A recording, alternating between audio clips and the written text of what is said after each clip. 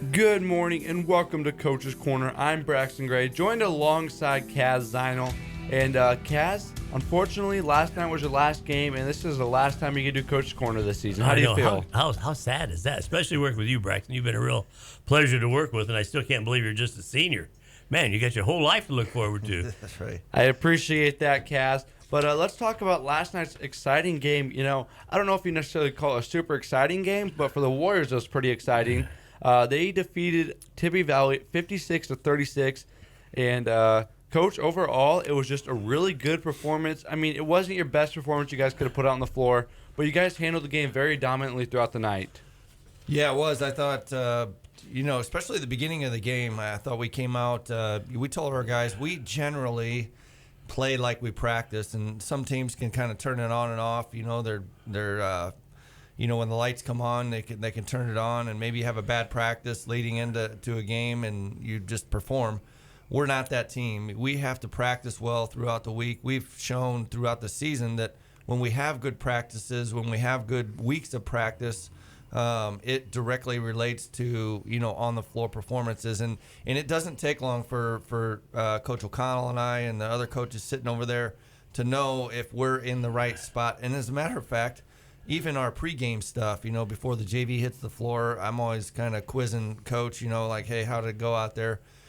Because we pretty much know early on if we're with it or if we're not. And I know he gave me a good report, before the JV game, and then we had some good practices leading up, to the Tibby Valley game. So we came out, our hands were really active. We played really good defense early, and I knew we'd be in pretty good shape, for the Valley game. Coach, I was talking to their head coach, Chad. Patrick. Yep. Don't get old. I mean, every time I head down to Indianapolis, I see his father's sign, and I read it, and I still can't remember it. Yeah. Anyhow, I was talking to Chad Patrick, and he was excited about playing you guys. Yeah. He thought that he would have a very good chance of a win, and then he was telling me about the scouting and this and that and the other, and what he was going to do with Miller. He had that, and I thought that was. Oh man, this is going to be good. And then I talked to Braxton about it, and Braxton says, "Well," he said, "we'll see." And then the big thing I thought was that first quarter. Man, 18-6 first quarter, and I thought, now maintain that, because that's what. How many times has that happened this year? We have, we've had moments where we've gotten off to a good start, and I know just playing like East Noble, you shouldn't talk about forgetting names. My goodness. That makes me feel good. Oh, yeah. Hey, you only that virus. Coach Eakins, Coach Eakins had said something in the newspaper about, we really wanted to be aware of Wawasee getting off to a fast start, because when they've won, they've gotten off to good starts. But we haven't really been able to, because of a lot of different factors, really sustain, dominant, type play like we have at the start of games. But and some of that's due to just lack of depth. Guys. Yeah. The style of defense that we're playing, takes so much energy to run around the court and to scramble like we do. So it is hard to sustain. We try to mix in some timeouts. Last night I called timeout with like 3 minutes to go in the first half, just to get our guys some rest so we keep the energy level up. And I thought we did a pretty good job. The reason it wasn't exciting maybe in the second half is for two factors. One, we were ahead. We didn't have to do anything out of the ordinary to really kind of make the game go a little faster. And then Tibby Valley went to a 2-3 zone and just kind of changed the flow of the game to where we didn't have to do anything. We were the ones that were ahead. If our goal was to beat them by 30 or 40, we could have done some things maybe to them to speed them up a little bit, but we didn't have to. So it's like, hey, if you're going to take the loss and stay in that 2-3 zone, then all right, we'll take the win. I think it's interesting. We play Westview and East Noble, both two really good teams actually, and when you're scouting as a coach, you're thinking, oh, I think we can do these things. I really think we can. This is the game plan going in, and sometimes the game plan doesn't work. And I know when you actually get to the moment and you got a game plan against Austin Miller and Keaton Dukes and our other guys, sometimes when you see them live, that's a little different story than what you've seen on film. And so, Coach Patrick has got to go back to the drawing board. And the important thing is we do too. We will have to go back. They saved some things that we've seen on film. They saved them in their back pocket, knowing that we could play them next week. So we got to be very cautious that we don't make the adjustments as well going into potentially next week's game. Yeah, and Coach, I know we don't really like to talk about bad players' performances and everything else, but the last two games prior to this, Miller scored 2 points combined in the games. How big was it to have Miller back in the last game of the season, the final home game of the season, and then going into sectionals? How big was that for you?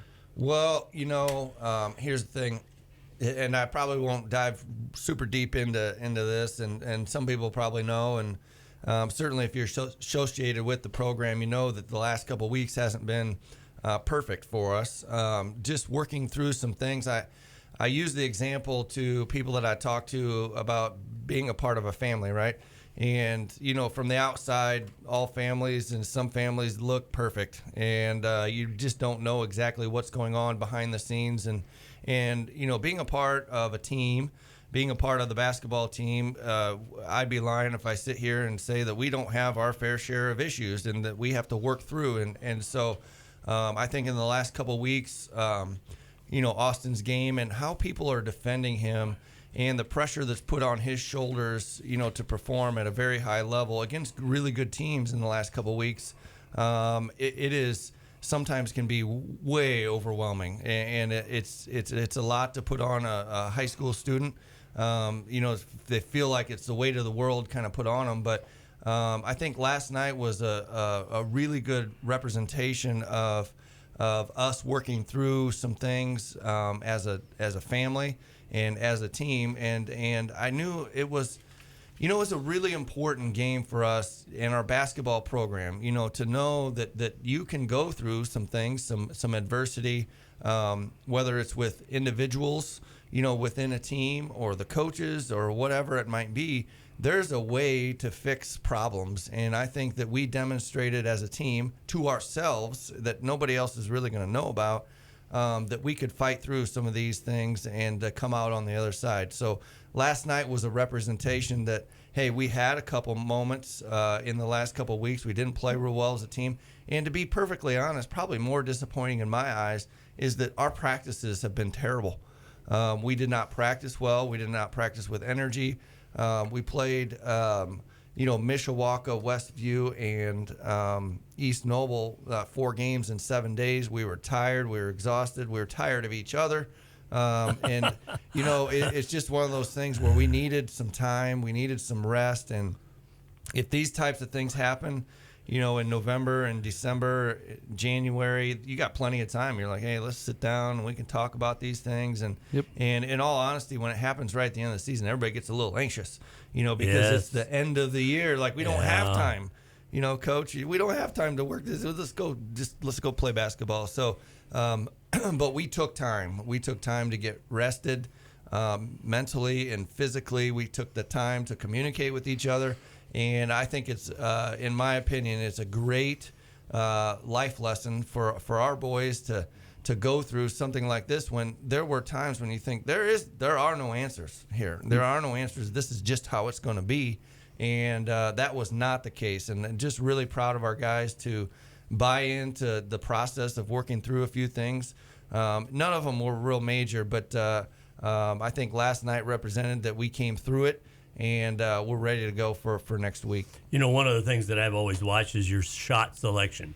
And the shot, I'll get that right. The shot selection, that alliteration there, has been good all year.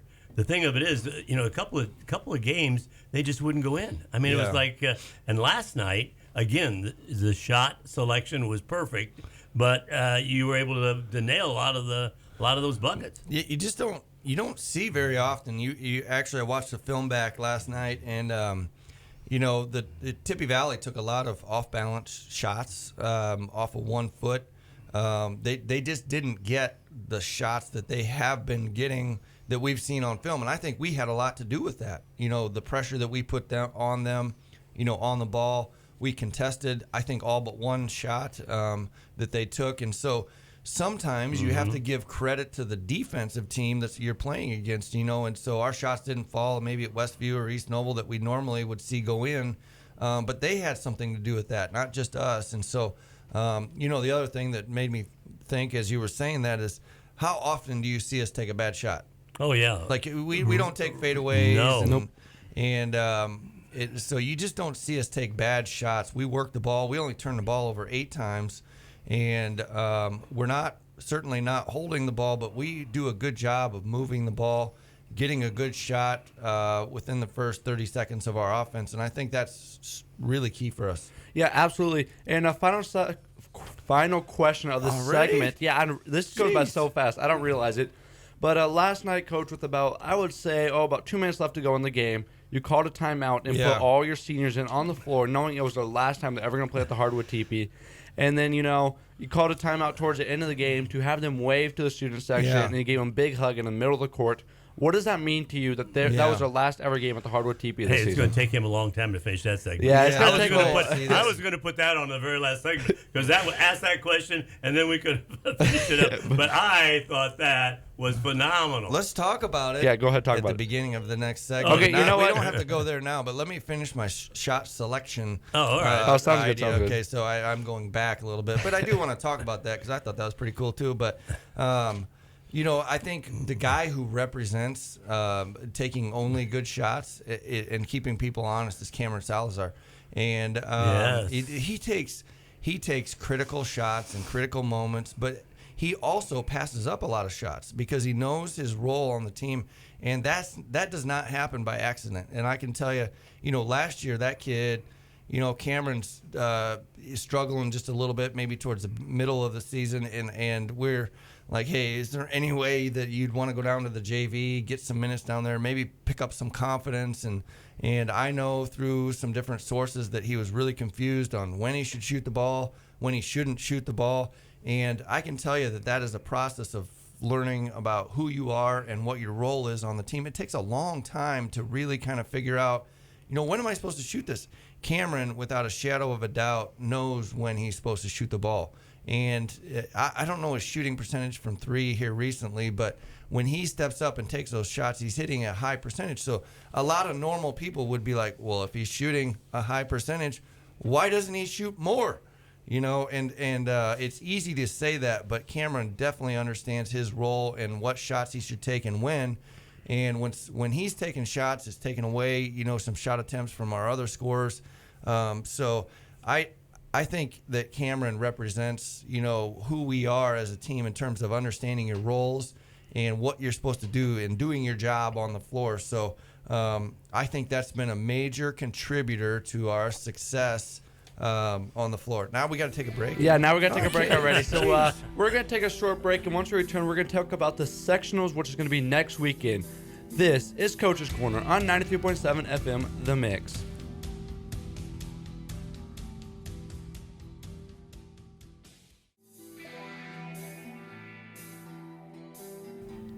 Good morning and welcome back to Coach's Corner. This segment we're going to talk about the sectional draw, but first, Coach, let's get back to the question I asked before the end of the segment about your seniors and how you put them on the floor the last minute of the game or so, and then had called timeout and had them wave to the crowd, and they gave them a big hug right in the middle of the court. What did that mean to you? Yeah, when you go into a game like that, certainly it's something you probably mention that this is the last time those guys get to experience a basketball game on the Hardwood Teepee, and it's a special moment. We actually, when we had a meeting, a couple days ago, we flashed through some photos that I found of, the starting lineups and the crowd, and what I told them is this is not normal.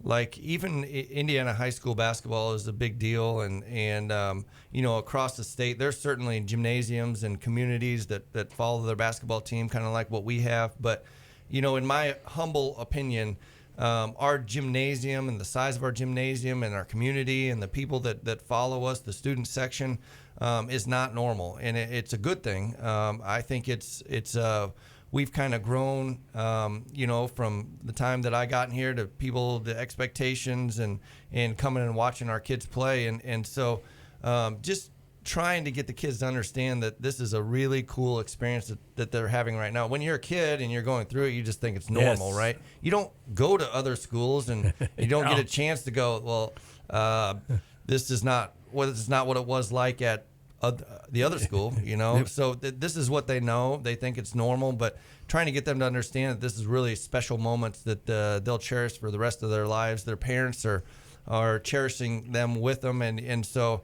I think, you know, that final moment, the only guy that we have on our team that comes from a different place, right, that truly understands, like, this is so cool, is Martin.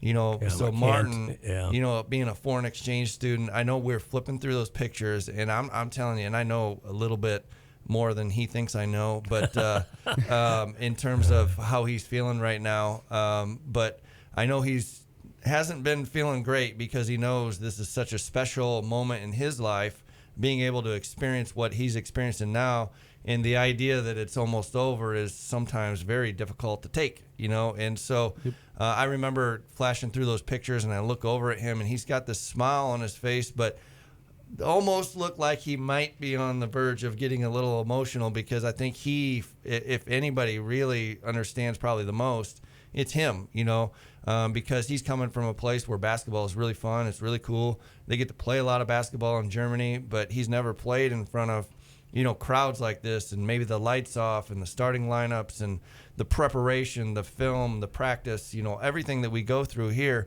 But what I wanted to do, it's really hard because you're trying to get ready for a game, right? And you're not really thinking, you know, how am I going to honor these guys the right way, or at least try to attempt to honor them the right way.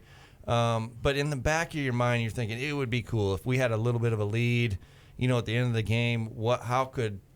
How could we do it? You know, sometimes you give them curtain calls, like you put one guy in and then you let the senior kind of walk off and you give him a standing ovation. But I thought, you know, as the game was going on, it was getting late. I kept asking Coach O'Connell, I'm like, is it over? Like, can we do something? Like, he had no idea what I was thinking in my head. And he's like, you want to get the young guys in? You know, I was like, just hang on one second, because I got something in my mind.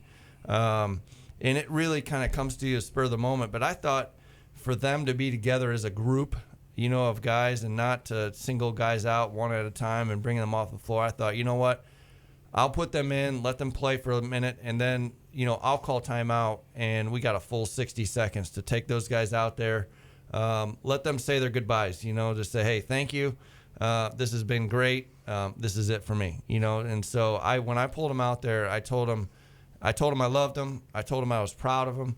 And I said, you've earned every moment, and you deserve this moment. I said, take a wave, take a bow. And I said, you're coming out of the game, you know, type thing. So it's also, I will say too, it's also for it's hard for you as a player.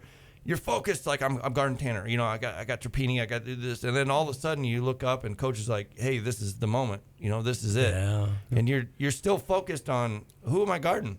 You know, and so you got to snap out of it really quickly. And to be honest with you, I didn't think they did a real good job of that. You know, but it's extremely difficult to be focused on the game. You're thinking about the game, and then all of a sudden you realize, wait a minute.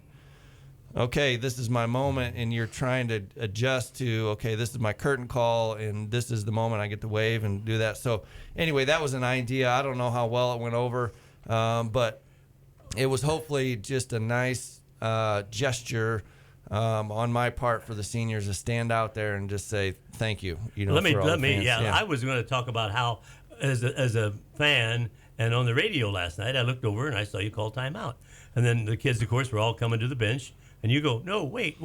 And you stopped them in the middle of the floor. Yeah. And then you started giving hugs. I thought, what is he doing? Yeah. And then and you know who I thought did it the best was Lenore. Yeah. I mean, he did a great job of turning around and and the kids understood. Yeah. You know, the Wawasee fans, all the student section, really understood what was going on. I'm not sure. Well, of course, my age may have something to do with it. But then once they caught that, and once they checked out, oh my God, and the hugs that you were giving them and that they were giving each other, that last, 10 seconds of that moment was priceless. Yeah, it was to me. I don't know what the kids would say about it, you know, but for me to be able to just communicate with them, and like I said, I mean, what I said there was, you deserve this. You've earned it. Everything you've worked for has basically paid off. I know we still got the sectionals, but for us to go, I mean, honestly, it's really, really hard to explain, but winning 6 games each of the last 3 years and fighting through, getting punched in the face and getting knocked out one night and having to regroup and come back, and for another game. It really is very difficult to think that in my wildest dreams that we could win 13 games in a regular season with this particular group. We talked about it a lot, like, hey, if we do these things, if you show up to summer workouts, if you lift weights, there's so much that goes into telling, players, like, if you do this, there are no guarantees. Like, you can go lift weights, you can come to every summer workout. There's no guarantee you're going to make it on the floor. There's no guarantee of playing time. There's no guarantee of winning. But they knew that the only way we'd have a chance at doing this would be to do that, to be committed to our basketball program, to do all the stuff that you need to do to even give yourself a chance to have a winning record or to win 13 games, to be in the conversation, to win a sectional championship is an amazing accomplishment for this group of seniors. To go where they've been, their freshman year. One of the pictures I flashed up was Ethan and Austin in like 8th grade. You should see him. Oh my God! Like, yeah. Austin said, "Can you turn it to the next picture? That's embarrassing." But, Austin, when he was in middle school, was just a scrawny little kid. And you got Ethan, with his red hair up in an afro, basically. And there's not too many people when you see those kids, in 8th grade, to be like, those guys are going to be really good basketball players when they get older. Like, we didn't give that class much of a chance, when we first saw them. So for them to be committed to our basketball program, I'm talking about everything from, the summer camps, the involvement in our junior warrior program. Like, they're the ones that built this thing, and hopefully it's something that we can sustain over the course of the next, 5, 10, whatever years, that we can be good year in and year out and really tough to beat in our sectional. Those guys deserve a lot of the credit, along with the other guys that have graduated in the past 3 years. So that's the least I can do, Kaz. The least I can do is to give them their moment on the last time on the floor, is to send them out there and, just let everybody know we're very thankful for their support. Yeah, and Coach, this coming weekend is sectional. Friday night is when you guys play. Tuesday night, Lakeland and Tippy Valley are going to play, and then you guys play the winner of that game. And then the first game Friday night is going to be West Noble and Northwood. And then, those two champion winners on Friday will meet up for the sectional championship. Coach, what does it mean that you've already beat the two teams that you could potentially play on Friday? I know it's a whole different ball game. They call it the second season. But is that kind of an edge for you guys, or do you guys just not look that way at all? Braxton's not getting his own daytime talk show. I can tell you that right now, because I'm on the verge of getting emotional. You go one more question, and you might have got me there. Okay. Yeah, that's why I changed it. Follow-up. Maybe next segment. One more follow-up, and you might have had me. Okay, but all right, we're moving on to Lakeland and Tippy Valley. I was on the phone last night. I literally probably 10 minutes after you guys saw me in the gym, talking to the coach that coached against Lakeland last night, already thinking, I was telling him, I was like, man, there's no time to celebrate. You got to get ready for your next opponent. And obviously our next opponent could be Lakeland. So I was on the phone as I'm walking to my truck and had a nice conversation with the Angola coach, about Lakeland. That's who Lakeland played last night. And how'd they do? I did not. Lakeland came out on 11-2, opening quarter, and they came out strong. Bontrager had 26 points. But they have some deficiencies, certainly, like every team, and they had trouble sustaining that really good play. But I've seen them live twice. We've played them once.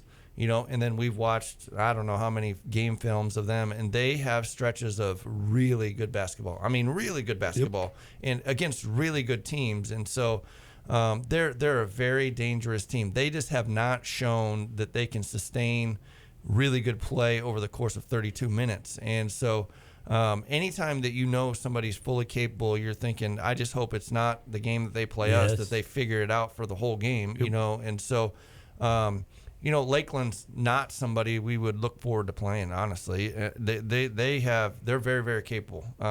They've lost 8 straight games going in the sectional. Oh and my God! You got a coach right here we've won 13 games. That's really uneasy about that particular team, mostly because of Braden Bontrager. He's averaging probably close to 25 points a game.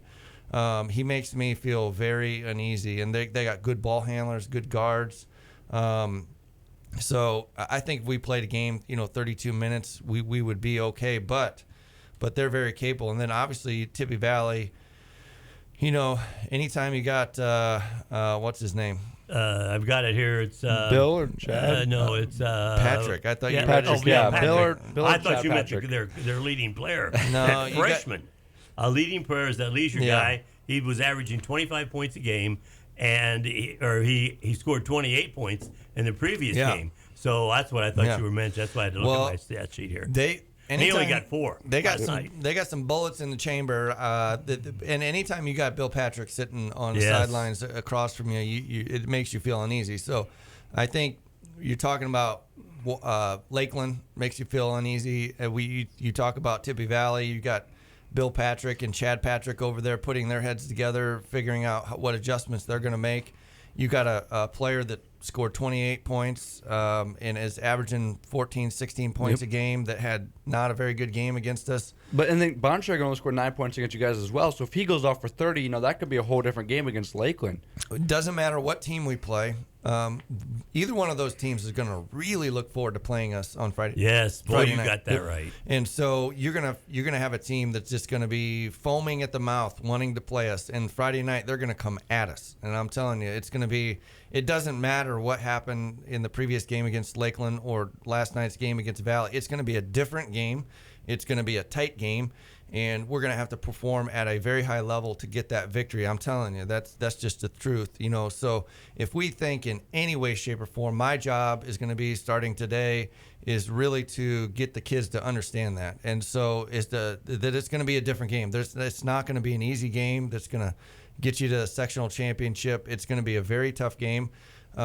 Either team that comes in and plays us is going to be thinking, we got this. We actually got this. If we can just do this better or that better, we have to do the same thing. We have to make the adjustments. We have to study the film and be able to put a game plan together that takes care of the things that we didn't do well. Almost like you lost the game is you have to make the adjustments, because if you wait to make the adjustments until it's too late, you'll be in trouble. So we have to kind of figure out what are they going to do differently, which I think I know, especially with Valley.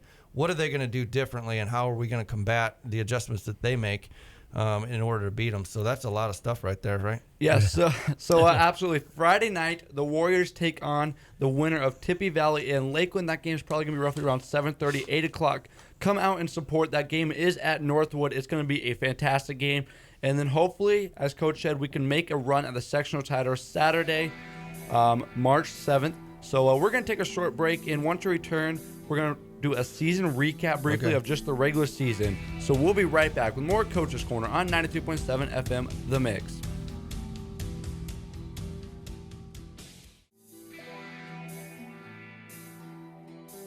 Good morning and welcome back to Coach's Corner. Cass, it's a little early. It's about 8:30. Do you think we can make Coach Abraham cry this segment? I think, I don't know, man. You I had tell your you. shot, and it didn't work. Yeah, I'll tell you. So let's go ahead and talk about this. Coach, the last 3 years we talked about it. Your seniors have had a lot of adversity. You have, 6 wins has been kind of the mark for you guys. But this season, you guys just kind of pummeled that record. You guys are at 13-6. You guys won 3 NLC games, and this season has been very, very, very successful for you guys this year. Yeah, we have, and I think that after the season's over, it's always a good time to kind of reflect, right? And so I'm not going to be real good at doing that right now because we're totally focused on, picking up one more win. Like, we got to have one more win, obviously. And then if we win that game, then we got to have one more, And so if we're lucky enough to win those 2, then we'll think about we just got to win one more, which would be against Norwell probably. But,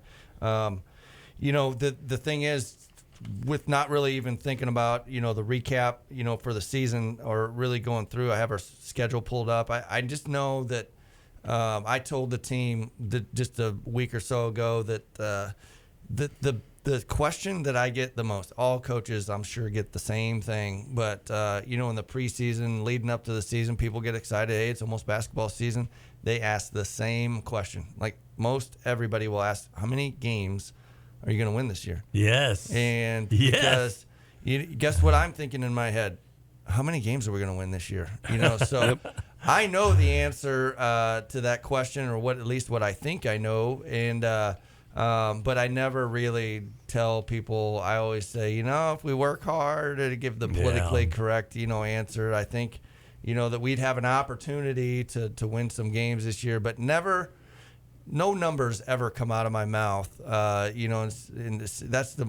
really dumb, to do as a coach, to say, hey, I think we can win 17 games this year, or hey, I think we can win 10 or whatever. But I will tell you that Coach O'Connell and I have this. Don't ask me at the beginning of the next year on this, because I won't. I'll say the right thing.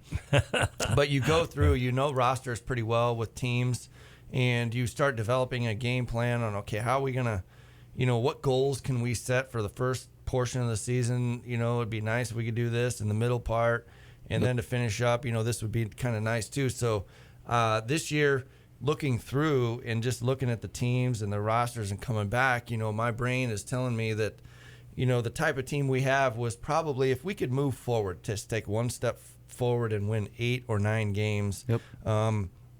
In all honesty, I thought that's the type of team we had. I thought, if we can win 8, 9, and maybe in the sectional win 1, get up to double figures, I thought that would be a really big deal for our basketball program to show that we're headed in the right direction. In leading into next year's team with our young guys getting some experience and all of that stuff. And if you remember the radio shows from early on, talking about the excuse that, well, we're a little inexperienced right now, and I told you I wouldn't use that word after about 8 to 10 games, and I haven't. And so knowing that we have a little bit of a younger team. We're not 100% sure with Austin and Ethan Hardy if we can consistently be good with the best defenders guarding them. So we broke the season into 3 parts, and I can tell you. I want to hear this. This ought to be good. The first part was 7 games. Okay, the first 7 games, we thought it would be amazing if we could just have a winning record through that first 7 games. So you got Fairfield, Angola, Manchester, West Noble, Whitco, Warsaw, and Central Noble, and that leads us to our holiday tournament. And so Central Noble was the last game before our holiday tournament. So that's the first 7 games. I thought that was a nice stopping point. You look back and you think, okay, how did we do with some of our goals? And we actually, that Central Noble victory put us at 4-3 at that mark right there. And so for us to have a winning record at that point, especially after losing to Angola and Manchester, both games we could have won. Warsaw got the better of us, but Central Noble is a good team. They've been consistently ranked in the top 15, top 10 in Class 2A. A very good team. We came out on top 63-56, and that gave us some momentum going into our holiday tournament. So, the first 7 games, I don't know what you guys think, but to be 4-3 going into our holiday tournament, I thought was really big to me. Yeah, absolutely. And let's talk a little bit more about that holiday tournament. That was only the 3rd season it's been on. But what did winning the holiday tournament mean to your team this season? Because that's the first time you guys have ever actually won the holiday tournament. You guys beat Garrett and Lighthouse very dominantly in those games. Almost controlling the whole games. And it was just a very huge victory. Yeah. You guys got a trophy, and you guys got to celebrate a trophy. As you said, hardware at the Hardwood TV for a very long time. Yeah, we've had a couple shots in the last couple of years that overtime games, and we had a shot against South Bend St. Joe, who's very good, by the way. Yep. They were a little younger 2 years ago, but they're now veterans, and they're having a great season. But we had a shot against them. Austin had a 3-pointer in the air that just was off the mark that would have won the game. So for us, and it wasn't easy either. The Garrett game, they didn't come out really ready to play. Garrett, I think we got up on them 22-0. But we struggled to kind of sustain play in the second half against Garrett in the morning game. And I thought that leaked over to our evening game against Lighthouse, who is a very athletic, capable team. And they took an 8-point lead in the third quarter. to really give us something to think about. But we turned it on. We ended up winning that game 57-44. And that kind of took us into, hoisting a trophy, which, hasn't happened around here in a long, long time. So that was a big moment for us, something that we can kind of, I've been talking all year about feathers in our cap, things that we haven't done for years. Decades in some cases. And putting feathers in our cap. And I'm telling you, that cap that we built this year is beautiful. I'm telling you, it is beautiful. And we're not going to stop on the feathers. We're going for the full headdress, and that's next week. And so that's what we've been talking about. But anyway, back to, the middle of the season, we did the same thing, 7 games. We just wanted a winning record through those 7 games, 4-3. And so we talked about SMART goals, specific, measurable, attainable, realistic, and setting a timetable to all those. And not getting out of control. Like, we win all of these games. We're just trying to be realistic. So if we did drop a game, it's not the end of the world. We're still on target for our goals. We wanted to go 4-3, through that stretch of the season. And as it turns out, we won. We went Garrett, Lighthouse, Columbia City was a big win for us, 58-52. We dropped at Northwood and Elkhart Memorial, 2 of the better teams in our NLC conference. But we got Plymouth and Bethany Christian to round out those middle 7 games. And we were 5-2 over those 7 games. So not only did we accomplish our goals of getting an NLC victory, we also accomplished the goal of winning the holiday tournament and having a winning record through the middle portion of that season. So, the Plymouth game was a big win for us. Obviously on the road, Austin tips a ball off a kid's foot, Reichert's foot, and we hadn't won over there since like 2005 or something crazy like that. So another feather in our cap with the holiday tournament. I think we got the monkey off our back with winning a NLC game at Plymouth. So again, you're just plucking feathers right into that cap, and the middle 7 games at 5-2 was very impressive. And again, 5-2, 4-3. Now, we're 9-6, I think. And we're starting to think about bigger things at that point. Yeah. And, you talked about that Plymouth game. Coach, and after you hit that, that middle 7 games, did you ever look back and just kind of admire what you have done this season?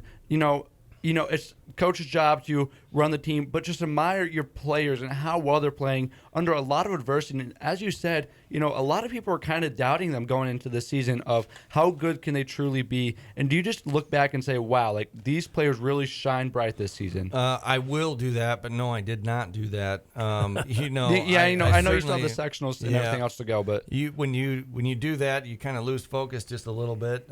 But so I will have an opportunity to do that, and I think it's going to be a cool ride as you go back through the season and you watch film and you watch the highlight video, things like that. But especially after you win the sectional. Yeah, absolutely. Yeah, that headdress is hanging out there for us to get. But I thought, like I said, last night we have a huge victory. It's for reasons that you just can't understand really, unless you're with us. But there was a big win last night.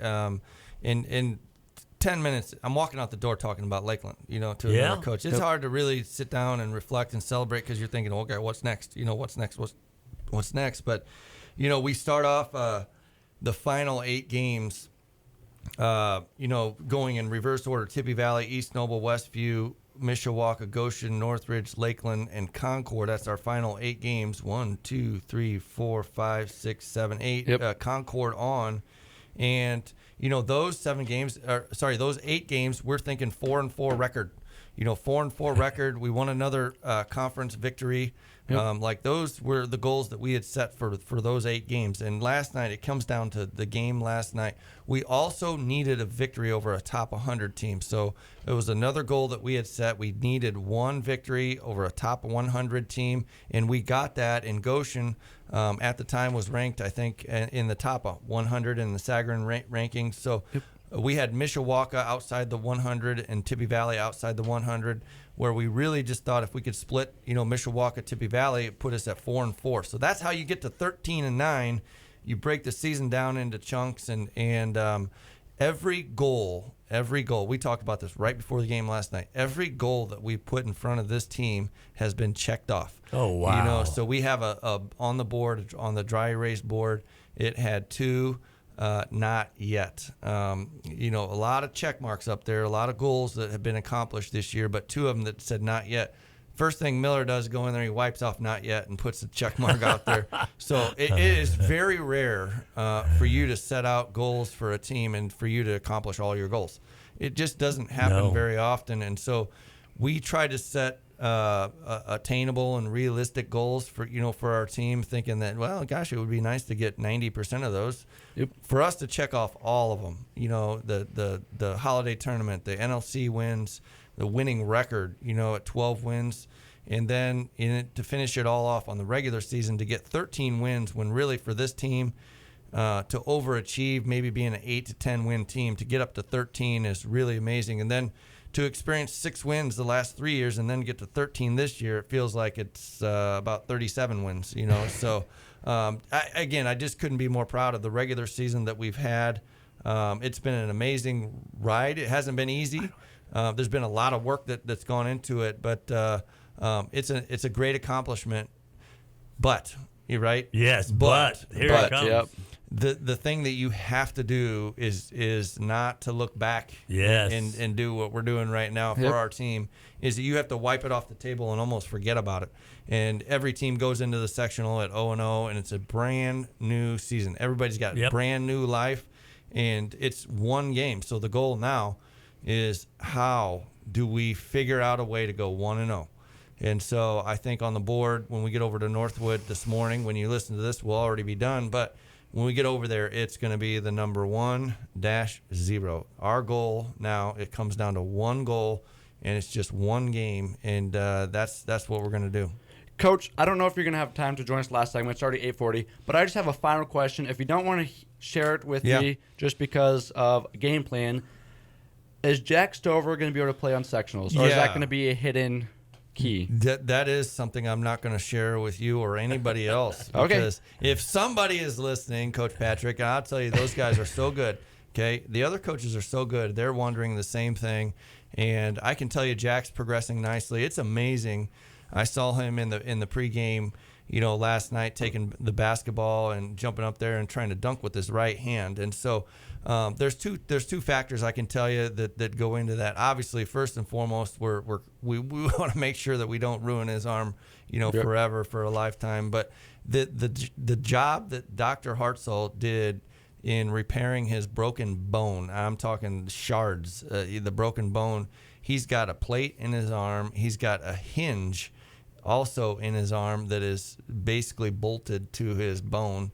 And I had assumed that he'd be out 4 to 6 weeks in a cast, and I was really concerned that he would not be available for our spring workouts, you know. And so for him to even be in the conversation, there's a lot of factors that go into that, you know, being game ready in terms of the shape. What about the confidence? He took a nasty fall. Like, there's a lot that would go into that. There's IHSA rules that we would need to kind of check into and all that stuff.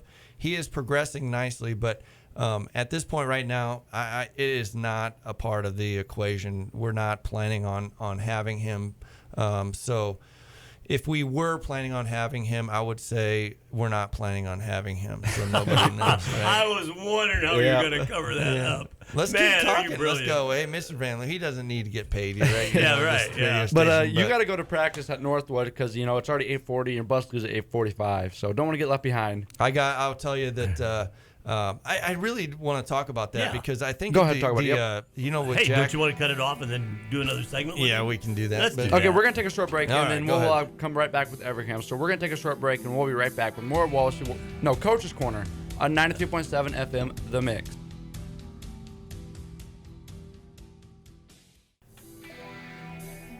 Welcome back to Coach's Corner. Coach, we have a couple more minutes with you. You might have to leave mid-segment. So we talk about your practice at Northwood. How does that prepare you for Friday night's game? Well, we will get a chance to shoot over there. We just played last night, so it's not like we need to grind it out over there. And I've actually seen some teams go over there and they're really intense and they did the sectional practice. To me, it's about going and having fun and hanging out. We're going to get some shots up. We'll probably practice about 45 minutes, but no contact. It's going to be a lot of shots. Just getting visually used to, shooting over there on both ends of the floor will be the big key. So we'll have a segment, at the beginning, shooting. We'll do some things in the middle. We'll get up and down just a little bit, just 5-on-0. And then we'll shoot at the end, and then we'll just have some fun.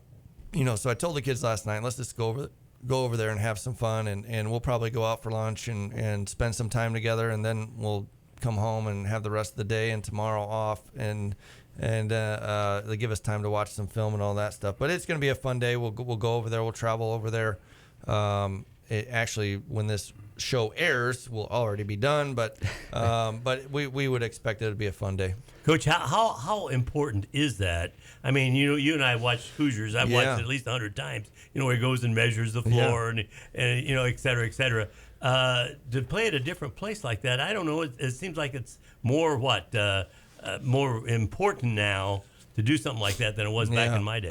Well, I can tell you that I was growing up, I was a shooter, right? And so I was really fortunate enough to get my college education paid for because I could throw a round ball through a round hoop, from far away.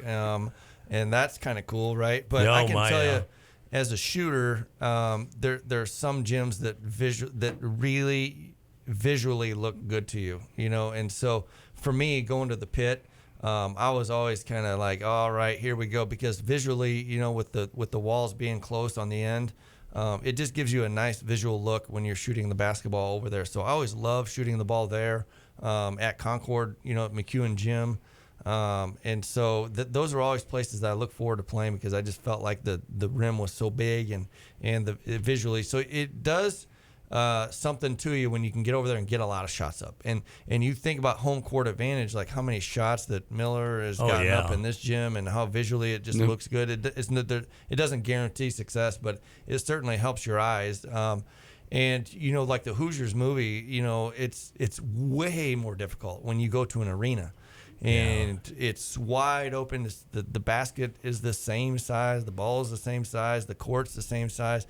But visually, your eyes play tricks on you thinking that it's smaller. It really is true, and it does happen. So the only way to convince your brain differently is to just get some reps in. And sometimes it doesn't take very long to realize, oh, this is normal, right? And you just throw up a lot of shots. And so so it's good for us to go over there and get some shots up and build some confidence that this is a normal gym. And as a matter of fact, it's a good gym to shoot in. And so we'll get a lot of shots up over there today. Final question before you head out, Coach. Are you going to do any recruiting Tuesday night at the Valley Lakeland game? We're recruiting, no, but scouting, yes. Not recruiting, that was so. You're trying to get me in trouble. Worded out wrong. With the final question of the year, he's trying to get me in trouble. Scouting, yes. We do. I thought you said the word recruiting, and I was thinking, are you going to do recruiting? Well, absolutely, yes, I am. But we recruit our own kids in our own community, and so. I really want to say some other things. Yeah, but, talk about that. No, I'm no, not we going can't. to. No, we can't. No. Speaking of recruiting, I did go into that subject last night after the game. Oh, did you and really? There are people that are listening right now that are go laughing. ahead and talk about that. No, he's got to get going. He doesn't have to get going. The bus will wait for Yeah, him. it will. Or I could drive separate. It doesn't matter, I'll drive you up there. There is a subject matter there on recruiting, but I can tell you, I feel like I do a good job. Our coaches do a good job. Our players do a good job of recruiting in our own community. How cool is it that we have what I call home court advantage in home court in our community and our kids? And if you looked at the pictures from the Goshen game and when Boyer hits that shot and he's going like this, and guys are hugging him, I zoomed in on that picture and there's a line of kids that got to be between 8 and 12 years old on the upper deck. It's not Junior Warrior night. It's no special occasion. It's kids that want to come to the game to watch their heroes, play basketball. And so they're lined up on the upper deck, and all of them got their hands up, and they're just going crazy. We got a group of middle school students that are coming to almost all of the games. And so we use that as a really heavy recruiting tool. And I think I did talk about last time the notes that the kids wrote to the junior league players. Did I talk about that last Oh time? yeah. And How did you think about doing that? well, that's Was that another O'Connell idea? Yeah, let's give him credit. I've done it for years since since I first started coaching. Handwritten notes to youth league players, to supporters of the basketball program, adults and businesses, and so on and so forth. But that's the special thing. So we do recruit. But I think you meant scouting. Scouting, yeah, that was the word I was looking for. We are planning on scouting. Yeah, Tuesday night, we'll take the kids. We'll practice for about an hour, and then we'll go and have dinner. I think the not main channel, channel marker. And Keith over there at the channel marker is an amazing dude. He is a nice guy. And every year, once a year, he treats us to a meal, the boys basketball team. So if you're thinking about going out to eat tonight, go to the channel marker and support somebody that supports the boys basketball program. Yeah, hey, absolutely. I want to talk about the channel marker really quickly. Let's do it. All right, I took a trip from San Francisco and drove all the way up to visit my son in Seattle. And along the way, I had stopped at every seafood restaurant that I could. Yeah. And the main thing I got that I love to have, fresh seafood, is clam chowder. And you can, but you don't have to go 2,000 miles to get the best clam chowder ever. Just go to the channel marker. Go to the channel marker tonight. Again, I'll just repeat what I said. If you want to go out to eat tonight and you want to support somebody that supports high school athletics and specifically the boys basketball program, go to the channel marker, because we're not paying anything to go have a meal over there. We're going to have a meal on Tuesday before the sectional. He's going to feed us, and then we'll take the whole team over and again, have another fun night just to hang out. The coaches will be scouting and getting to know the teams and what they're planning on doing. So it's kind of a nice break. We don't play. We got the bye. You guys got to finish up a segment. Cause I gotta go. We'll let you gotta head go. out, You Coach. got to leave. I do. He does. Channel marker and the clam. Be sure you have a cup of their clam chowder or a bowl. Okay, I will. You have to do that. It's I'll delicious. tell Keith to listen to the radio show. Thanks, All right, there you thanks, go. Coach, and see you Friday. So, Kaz, let's go ahead and just finish up this segment. We got a couple minutes left in this segment. Unfortunately, you're not going to be here Friday or Saturday to watch this How section. sad is that? Yeah, it's pretty sad. But I have the honor of working with Vince Beasley, Mr. Beasley. And he's your principal. Not the principal anymore. That's right. He's that's a right. CTE program director. Right. So, go ahead. And, it's going to be an honor to work with Mr. Beasley. But, Kaz, it's been fun to work with you this season. We've learned a lot. We've had a lot of fun broadcasting the 13-9 Warriors. That was, I think we probably had a lot to do with that, don't you? Getting them all charged up, and I think we did all too. all the games. I know a lot of the parents are tuned in, and this is such a. I had all four of my kids go through here, and they all have yuppie jobs making 15 times my salary. Wawasee is, and the community here. Yep. And Everingham realizes that, and we've talked about that.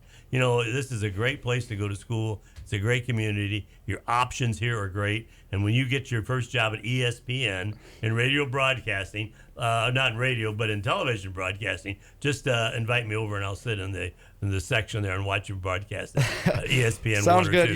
Like last night we were in the presence of Rita Price. Was her last name? Yeah, Rita Price. She's one of the most well-known broadcasters in the state of Indiana. She's been at it for about 45 years. So it was fun, watching her broadcast. But, Kaz, I asked Everingham, I'm going to ask you, what were your favorite parts of the season? Well, first of all, I love working with you. I was extremely surprised, flabbergasted, did not realize how good it would be to work with a senior.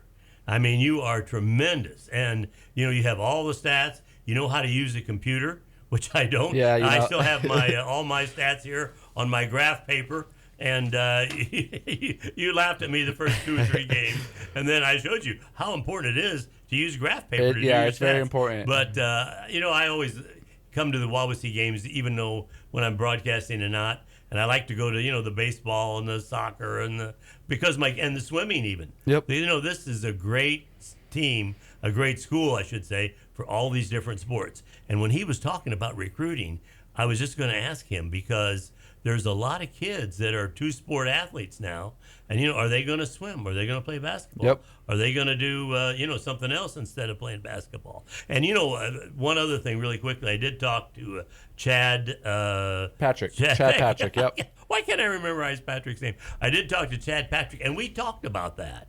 We actually talked about that because I was asking him, we hear all these commercials. Don't be a one-sport athlete, be a two-sport athlete. And he had some great thoughts on that. His consensus was, he says, and I loved his percentage. He said, you have about a 5% chance of getting a full ride or getting a scholarship opportunity at college. Yep. And he says you have about a 0% chance of playing professional basketball, which is really pretty true.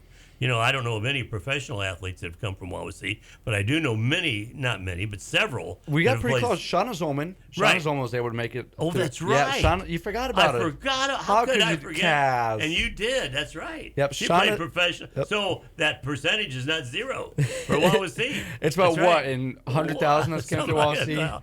Yeah, but oh my gosh. I can see Coach Zolman now. Yeah, I'm going to have to tell... can you cut this segment out? We'll tell Zolman about that. Don't tell Zolman that.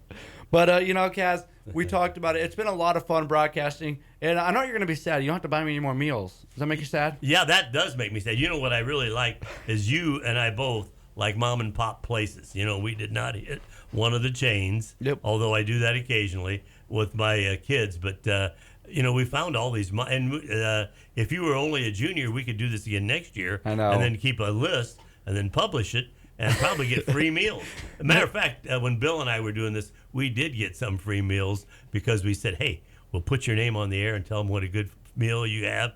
And I don't know if that's legal or not even, but back then we did it. Yeah, I don't know. That's a little bit of advertising. And, in case any of you guys were wondering, Kaz did not have to use a defibrillator this season. No, we were but close. I came close. It was close. Oh, my gosh. All those games that were, Especially in Mishawaka game. I thought you were really going to have to use it. Well, they were all, within 3 or 4 points. And when you've got kids like Miller and Hardy and Salazar that can shoot the three, the three was before my time.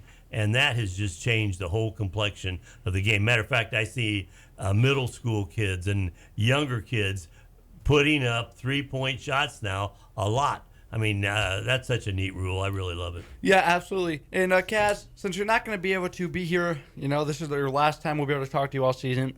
Final thoughts on the basketball season of the 2019-2020 Wawasee Warriors. Well, I think Coach summed it up really well. He was expecting a 500 season. And I think when you and I talked at the beginning of the season, a 500 season would be great. It would have been great. That would have been really super. But to come out 13-9, that's superlative. But like he said again, you got to put that behind you. Yep. What would a great sectional win, and then to move on? That would be huge on top of huge, which is one. Yeah. Huge on top of huge. You put that in your stats class.